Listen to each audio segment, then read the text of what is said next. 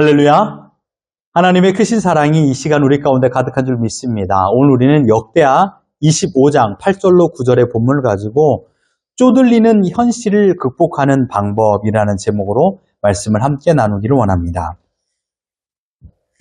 성도 여러분들께서는 이번 한 주간, 지난 한 주간 오늘 제목처럼 쪼들리는 인생을 사셨습니까? 오늘 우리는 물질적으로는 그 어느 때보다 풍요로운 삶을 살고 있습니다. 과거 우리 믿음의 선배들의 기도 제목이 무엇인지 아십니까? 우리 믿음의 선배들, 우리 부모님 세대들이죠. 그 선배들이 살았던 시대는요, 못 먹어서 죽는 시대였습니다.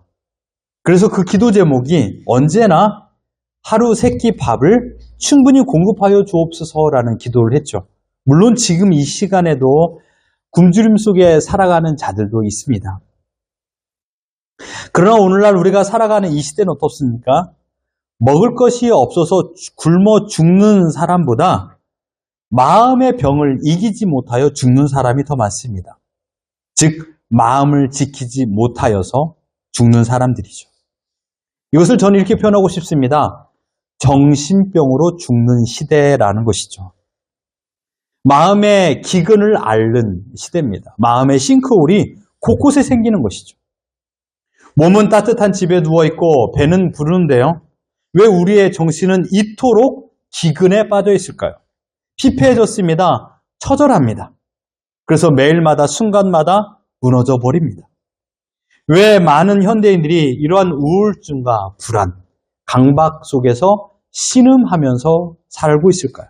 여러분들 한 주간 그런 신음을 하며 사셨습니까? 그 이유를 곰곰이 생각해 보니까 우리의 시선이 타인을 향해 고정되어 있기 때문입니다. 우리의 마음이 세상에 맞춰져 있기 때문이에요. 그래서 세상의 평가가 내 마음을 요동치게 만듭니다. 오늘 이 시간 하나님의 도우심을 구하며 거친 삶의 언덕을 오르고 계시는 우리 모든 성도님들께 하나님께서 주시는 위로와 평안을 공급받아서 이 시대 가운데 참된 평안을 누리며 살아가기를 주님의 이름으로 축원합니다. 오늘 본문에 등장하는 유다의 왕 아마샤입니다. 아마샤는 지금 에돔과의 전쟁을 앞두고 있습니다. 그래서 마음이 조급했습니다. 쪼들리는 인생을 살고 있는 것이죠. 여러분, 왕입니다. 전쟁 앞에 있어요. 이보다 더 마음의 긴급함을 경험할 수가 있을까요? 이보다 더 큰 고민과 스트레스가 있을까요? 나라의 왕이에요. 심지어 공격해 오는 나라는 지금 자신이 통치하고 있는 나라보다 군사력이 월등히 우월했습니다. 그러니 마음이 쪼들릴 수밖에 없었죠.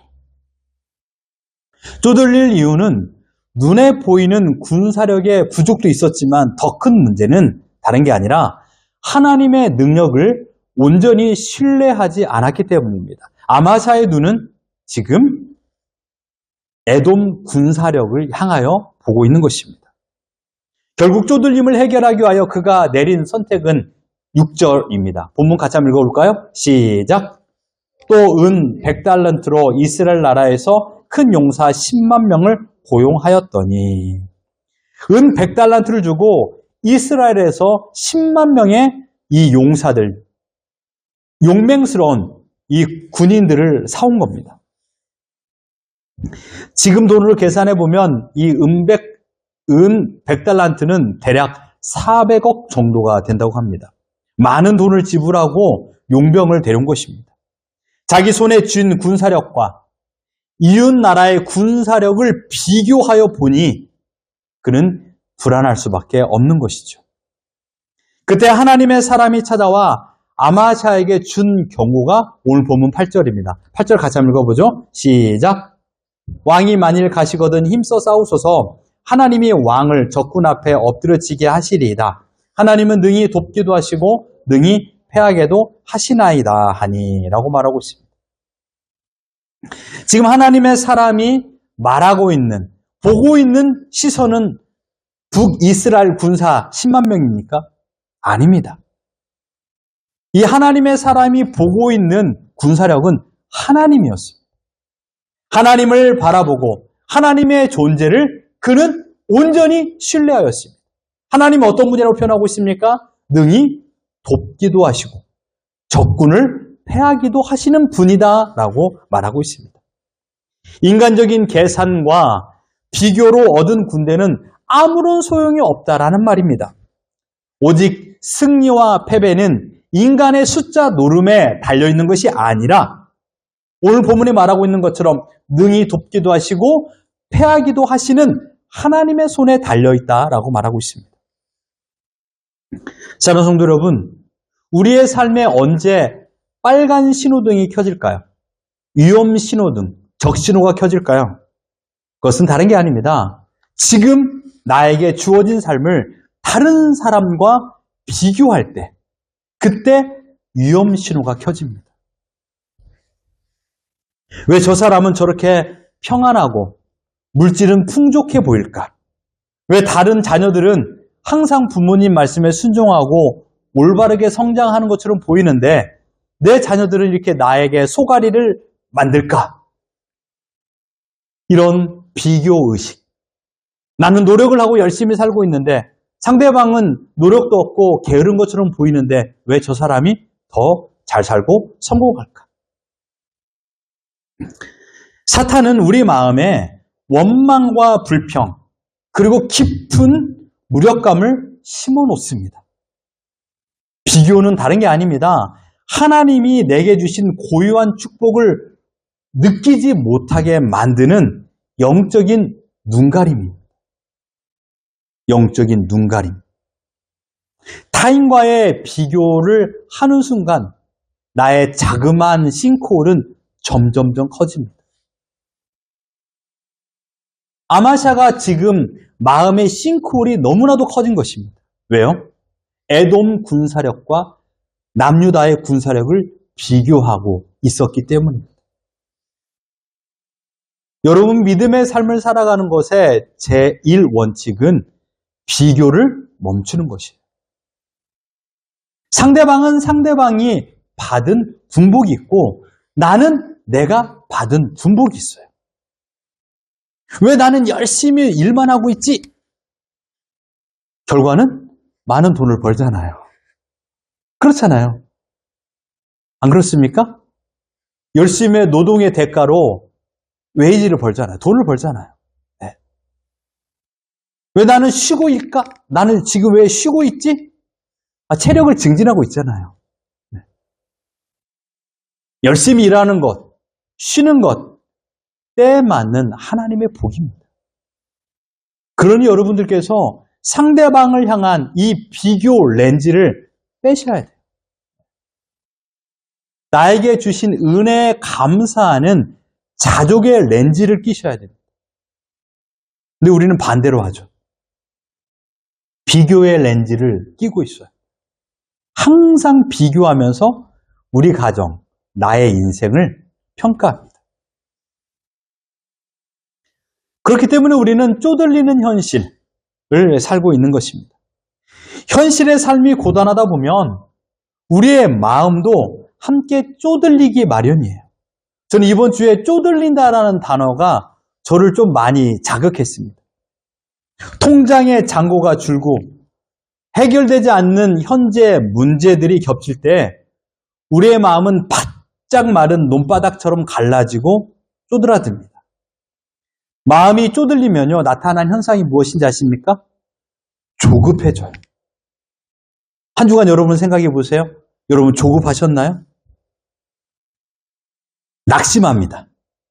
자그마한 일에도 낙심해요. 내 마음에 평안의 종지가 간장 종지만큼 작아져요. 그래서 조그마한 일도 불처럼 화를 내요. 왜요? 쪼들리는 내 마음이니까.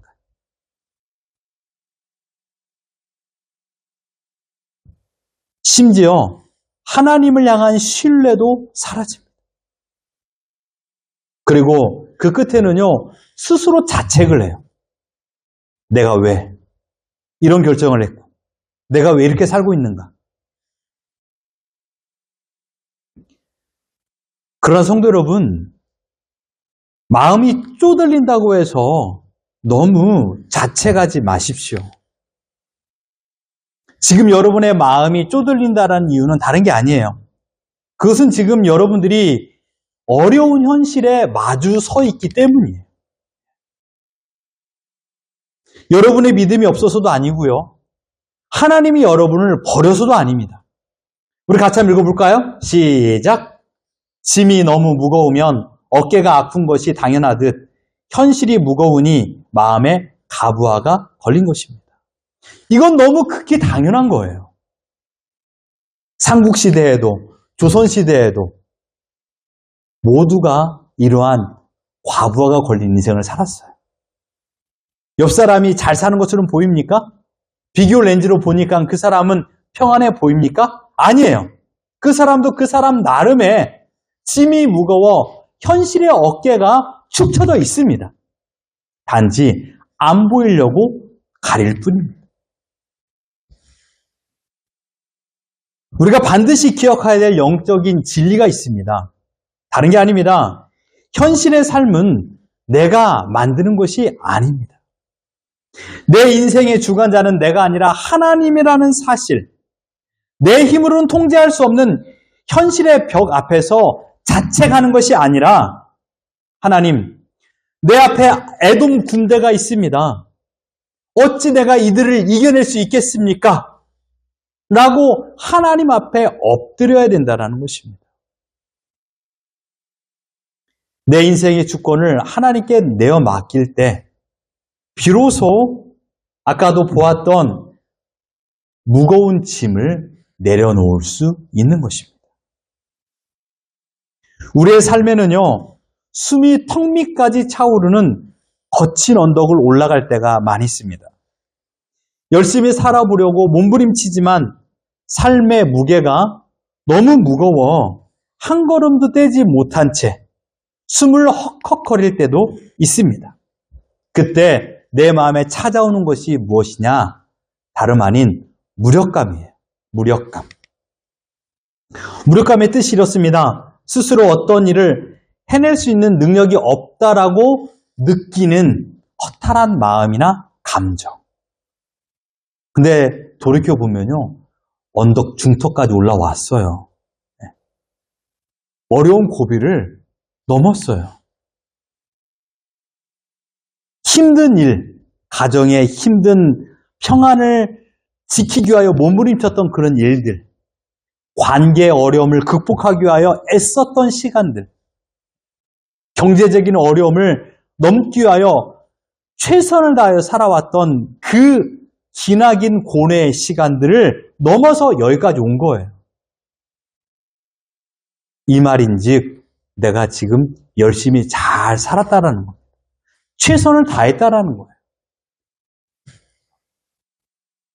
그렇기 때문에 여러분들이 이런 무력감이 찾아올 적에 이것은 사단이 놓은 나를 넘어뜨리려는 큰 덫이라고 생각하셔야 됩니다. 우리가 무력감을 느낄 때 바로 그때가 사도 바울 선생님은 이렇게 표현했습니다. 하나님의 은혜를 경험하는 시간이다. 고린도후서 12장 7절부터 10절을 같이 한번 읽어볼까요? 시작! 여러 계시를 받은 것이 지극히 크므로 너무 자만하지 않게 하시려고 내 육체에 가시 곧 사탄의 사자를 주셨으니 이는 나를 쳐서 너무 자만하지 않게 하려 하심이라. 이것이 내게서 떠나가게 하기 위하여 내가 3번 주께 간구하였더니 나에게 이르시기를 내 은혜가 내게 족하도다. 이는 내 능력이 약한 데서 온전하여 짐이라 하신지라. 그러므로 도리어 크게 기뻐함으로 나의 여러 약한 것들에 대하여 자랑하리니 이는 그리스도의 능력이 내게 머물게 하려 함이라. 그러므로 내가 그리스도를 위하여 약한 것들과 능욕과 궁핍과 박해와 공고를 기뻐하노니 이는 내가 약한 그때 강함이라.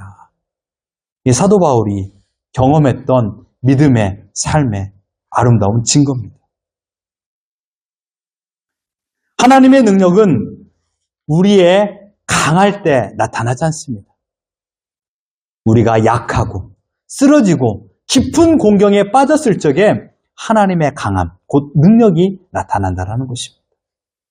우리의 나약함을 아시는 하나님은 결코 우리를 홀로 내버려 두지 않습니다. 우리 안에 숨겨져 있는 악함, 즉 하나님을 신뢰하지 못하고 내 마음을 지키지 못하고 내 힘으로 반대로 내 힘으로 살아보려고 내 고집대로 더 나아가 상대방과 비교하면서 상대방의 위치까지 올라가려고 애쓰며 살아갔던 그 모든 것들, 이것은요 하나님 앞에서 바람직하지 못하다라는 것입니다. 여러분이 지금 힘든 삶을 살고 계십니까? 쪼들리는 삶을 살고 계십니까? 인정하십시오. 하나님 앞에 인정하는 거예요. 하나님, 내가 이러이러한 문제 때문에 마음이 쪼들려 있습니다. 조급해졌습니다. 이것을 인정해야 돼요. 애써 감추려 하지 마십시오. 가정에서도 마찬가지입니다. 이런 부분이 내가 너무 힘들어. 그러면 그것을 이야기하셔야 돼요. 어떻게 상대방의 마음을 내가 다 알 수 있겠습니까? 이야기를 해야 알죠. 하나님은요, 이 고백을 하는 자들, 하나님 앞에 엎드려 하나님 내가 이러이러하여서 힘들어하고 있습니다 라고 말하는 자들을 외면하지 않습니다. 하나님의 크신 팔을 내밀어서 나는 돕기도 하고 승리를 주는 존재다 라는 것을 알려주십니다. 우리 현실은 참 분주합니다. 아침에 눈을 떠서 밤에 잠을 잘 때까지 정신없이 시간에 사건에 쫓기며 살고 있습니다. 그러나 이 분주함이야말로 사단이 사용하는 가장 무서운 무기입니다. 사탄은요, 우리를 분주하게 만들 때가 많습니다. 하나님을 잊게끔 만들 때도 많습니다. 예배를 잊게 만들기도 하고요. 기도하는 것을 잊게끔 만들기도 합니다. 그래서 우리는 이 분주한 현실 가운데서 결단을 해야 됩니다. 내가 아무리 고단하고 아무리 바쁜 현실에 있는다 할지라도 나는 하나님 안에 거하겠습니다. 이 결단이 있어야 됩니다. 나를 향한 하나님의 사랑을 나는 잊지 않겠습니다. 지난주에도 말씀드렸듯이 로마서 8장 39절 말씀처럼 그 어떠한 존재도 하나님의 사랑에서 끊을 수 없다라고 말했던 것을 잊지 않고 살아가는 것이죠. 이 결단이 있을 때 비로소 우리는 하나님이 우리에게 허락하신 사명의 정상을 향하여 다시 걸어갈 수 있습니다. 산을 오르는 자에게 정상은 거저 주어지지 않습니다. 숨이 차오르고 다리가 떨려도 한 걸음 한 걸음 믿음의 발걸음을 옮겨야만이 끝내 정상에 다다를 수 있습니다. 하나님은 우리에게 위대한 계획을 가지고 계십니다. 그러나 그 과정은 참으로 힘들 경우가 많습니다. 그러나 여러분, 여러분의 힘을 의지하지 마십시오. 힘들면 힘들다라고 하나님께 말하세요. 넘어졌으면 쉬어 가십시오. 괴로울 때면 울기도 하십시오. 그때마다 내 안에 계신 성령님께서 나를 외면하지 않습니다. 너가 지금까지 열심히 살았다. 참으로 나를 많이 의지했다. 너가 애쓴 것 내가 다 안다. 그러니 이제 너의 발을 나의 손에 올려놓아라. 라는 위로를 주십니다. 세상은 우리에게 끊임없이 비교하라고 부추기고 있습니다. 그래서 우리의 마음을 쪼들리게 만듭니다. 우리의 하나님은요, 외모를 보지 않습니다. 나의 가려진 그런 거추장스러운 것들을 보지 않습니다. 하나님은 나의 중심을 보시는 분이십니다. 능히 패하기도 하시고 능히 도와 승리를 경험하게끔 하시는 도우신 하나님이 내가 믿는 아버지 하나님이십니다. 현실의 삶이 무거워 마음이 쪼들릴 때 자책을 버리십시오. 비교의 렌즈를 빼버리십시오. 그 연약함 그대로 가지고 하나님 앞에 엎드리십시오. 나의 나약함을 하나님께 고백하십시오. 이 간절한 기도가 시작될 때 하나님은 나에게 감당할 만한 힘과 또한 피할 길을 허락하여 주십니다. 혹시 여러분 관계 어려움이 있습니까?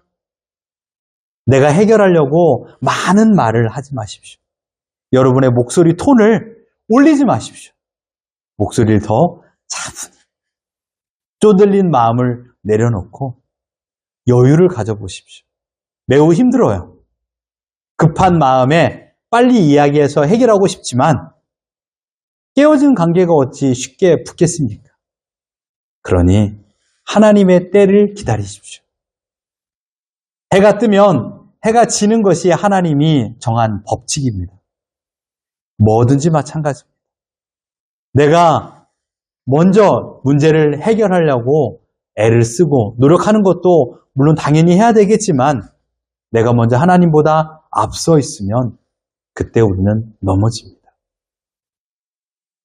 인생의 마지막 날, 주님 앞에 서는 그날까지 세상의 화려한 성공을 쫓는 인생이 아니라 하나님 앞에 납작 엎드리고 나의 나약함을 하나님께 고백하고 오직 하나님을 의지하는 삶을 살아가는 그에게 주님은 이렇게 말씀하실 것입니다. 천국문 앞에 다다르고 그곳에서 주님은 잘했다. 사랑한 내 아들아, 사랑하는 내 딸아,